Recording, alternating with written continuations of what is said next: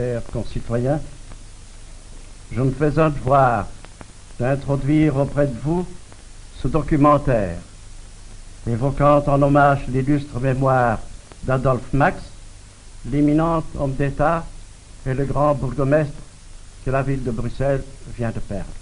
Les vues que vous allez voir se dérouler sur l'écran reproduisent des sites qui lui furent chers et familiers, des lieux où il a 30 années durant déployé son infatigable activité et sa compétence au profit du bien public. Ô magistrat, aimé de tous, il aimait lui aussi passionnément sa ville et ses habitants. Bruxelles vient de perdre son bourgmestre. La Belgique vient de perdre un de ses héros nationaux. Le monde vient de perdre un défenseur intrépide de la liberté.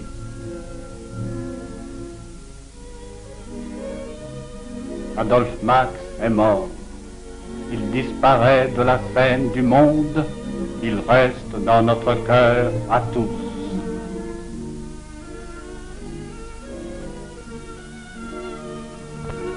Ces images de la capitale sont un hommage à sa mémoire.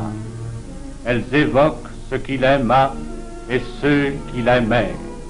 Elles vous le montrent souriant, affable, populaire et très digne à la fois, déjà légendaire de son vivant. Partout et toujours, il symbolisait à la fois la bonhomie de notre bonne capitale et la fierté de nos franchises et de nos libertés. Ministre d'État, député de Bruxelles, Adolphe Max eut une vie parlementaire féconde. Il fut un orateur fin, disert, et tout empreint de l'esprit de sagesse.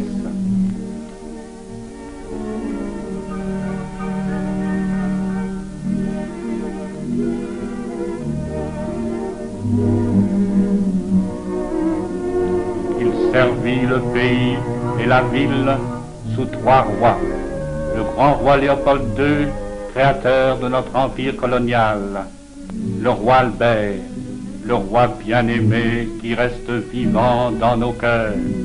Et notre roi Léopold III, dont la jeune sagesse et le dévouement au pays font l'admiration de tous. Adolphe Max a fréquenté aussi le palais de justice. Il fut avocat et membre du Conseil de l'Ordre. Mais il fut avant tout le bourgmestre, le mailleur, l'habitant actif et laborieux de notre hôtel de ville, le grand administrateur et magistrat communal, constamment préoccupé du bien de sa cité.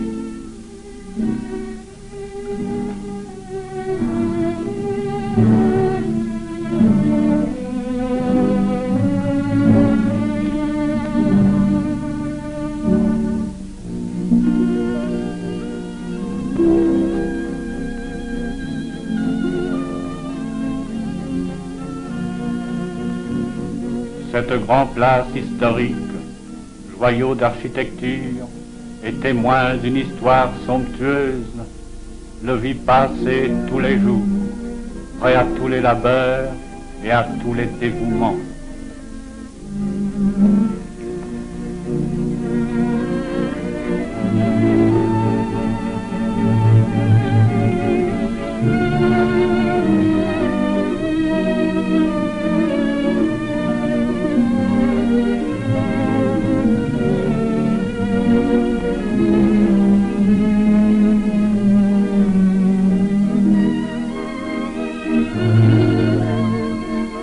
Comme Adolphe Max aimait sa belle capitale, ses places animées, ses monuments familiers, et peut-être est-ce lui rendre un hommage qui lui plaît dans l'au-delà, que d'évoquer ici les monuments qui disent le passé de la ville et sa vie actuelle.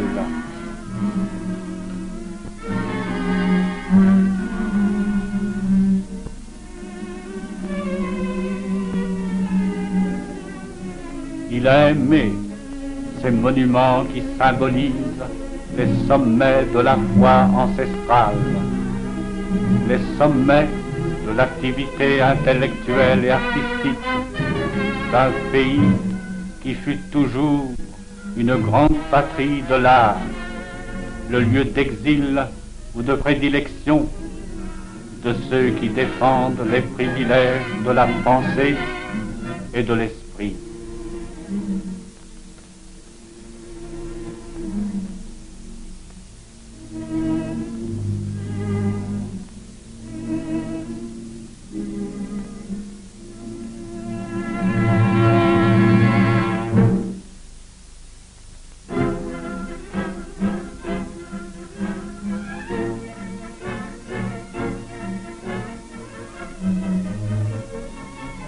Le bourgmestre aimait nos vieilles coutumes et ce vieux quartier des Marolles, si pittoresque et si savoureux.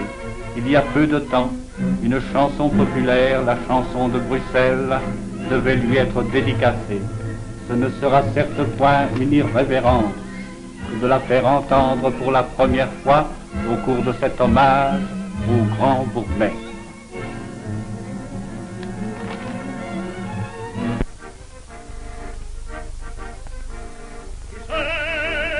Vieille capitale, j'aime son noble aspect, le style monumental. Et j'aime aussi parfois son quartier des Marolles, ses impasses où l'on voit les ombres espagnoles. Et notre vieille Guse qui sait si bien donner à tous ses abonnés des formes généreuses. J'aime le son mi-flamand des Gauloises et par-dessus le tout, j'aime ces bruxelloises. Le bruxellois est grand penseur, il rit de tout, mais il a bon cœur, aucun pouvoir de l'accorder. C'est le champion, la liberté.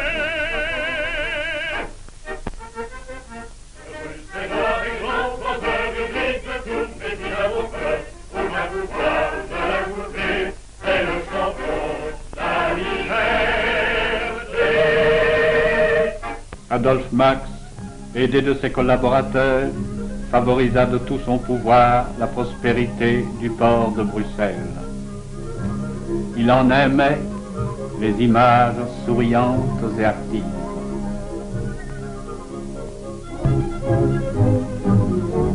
Symbole émouvant, c'est devant la dalle sacrée, lors de son patriote a senti le premier son de la mort. Mais de sa tombe, en ces heures grasses, il nous recommande de rester sereins, calmes et forts. Ce grand travailleur, toujours plein d'allant et d'humour, continue à nous prêcher l'optimisme et la foi en notre destinée. Unissons son souvenir à celui de l'inconnu, symbole, comme lui, de notre indépendance, de notre fierté nationale, de notre volonté.